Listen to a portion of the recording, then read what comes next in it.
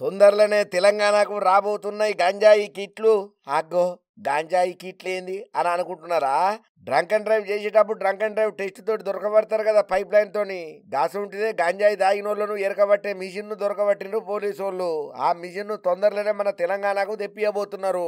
ఎందుకంటే ఇప్పుడు గంజాయి రచ్చ ఏడాదుడు దీని ముచ్చటనే ఎక్కువ హాట్ టాపిక్ అవుతున్నది.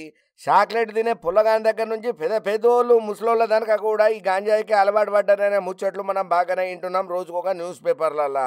ఈ గాంజాయి మత్తుల యువత మొత్తం బానిసైపోయి వాళ్ళ జీవితాలను అబాసుపాలు చేసుకుంటున్నారు. వాళ్ళ జీవితాలను ఆగం బతుకులు చేసుకుంటున్నారనే ముచ్చట. దీని మీద రెండు రాష్ట్రాలు పకడ్బందీగా ఉన్నాయని, ఈ డ్రగ్స్ మహమ్మారిని స్టేట్లకించి తరిమి కొట్టాలని చూస్తున్నారని, గంజాయి మత్తులల్లో ఉన్న గంజాయిని అమ్మకానికి ట్రై చేసిన ఈ గంజాయి మహమ్మారికి సంబంధించి ఎటువంటి అసాంఘిక కార్యక్రమాలు జరుగుతున్నాయనే నోటీస్కి వచ్చినా సరే ఎంత పెద్దోళ్ళైనా వదిలేదే లేదని చెప్పి రెండు రాష్ట్రాల ముఖ్యమంత్రులు గట్టిగానే మైకుల ముంగడ చెప్తూనే ఉన్నారు.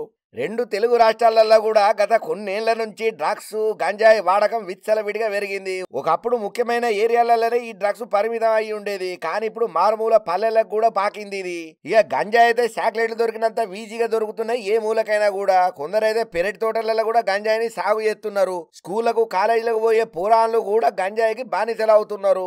ఏమి తెలియని వయసులల్లా మత్తుకు బానిసై అడ్డమైన నేరాలకు పాల్పడుతున్నారు. ఆ తాగిన మత్తులో ఏం చేస్తున్నారో వాళ్ళకే అర్థమైతలేదు. ఈ గంజాయి తాగుట్ల మెదడు మొత్తం మొద్దుబారిపోతుంది. తాగిన దానికంటే 1000 రెట్లు అసలు ఏం చేస్తాడో అర్థం కానంత మైకంలు ఉంటారు. అనవసరంగా భవిష్యత్తును పాడు చేసుకుని జైలు పాలవుతున్నారు చాలా మంది.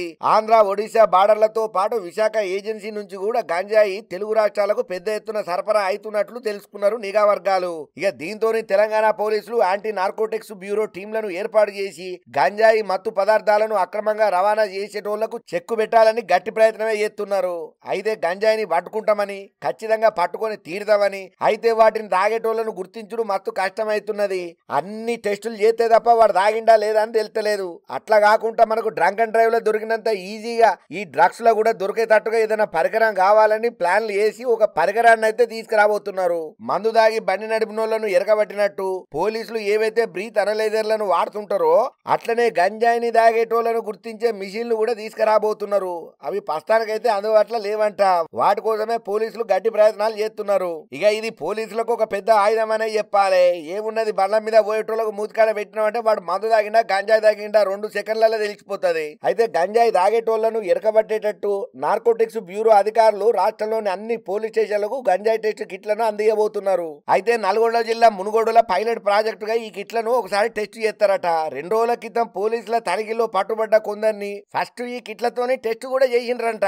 ఇంకా అందులో 35 మందికి గంజాయి తాగినట్టు తేలింది. అమ్మో, ఈ కిట్లు మంచిగా పనిచేస్తున్నాయి, దొంగలను ఇట్టే దొరకబడుతున్నది. ఇక ఇప్పటి నుంచి గంజాయి తాగే బద్మాషాలను 2 నిమిషాలలో దొరకబట్టుకోవచ్చు అని పోలీస్ పెద్దసార్లు కూడా జనంతా హ్యాపీగానే ఉన్నారట. దీంతో గంజాయి సప్లై చేస్తున్నారు మీద కూడా పోలీసులు నిఘా పెట్టిండ్రు. తొందరలోనే రాష్ట్రం మొత్తం అన్ని పోలీస్ స్టేషన్లలో గంజాయి కిట్లను పంపిణీ చేస్తామని చెప్పి పోలీసు పెద్దసార్లు చెప్పుకుంటూ వచ్చిళ్ళు.